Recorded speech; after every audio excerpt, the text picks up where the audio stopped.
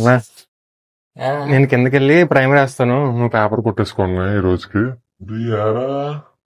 అన్నా అంటేనే ఉన్నానంటూనే.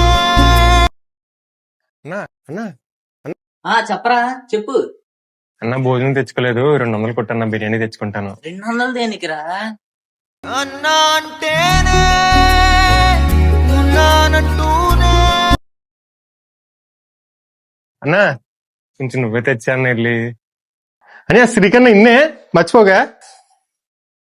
అన్నా ఎరా జీతం పడ్డాయి కదా, ఒక 5,000 ఇవ్వన్నా.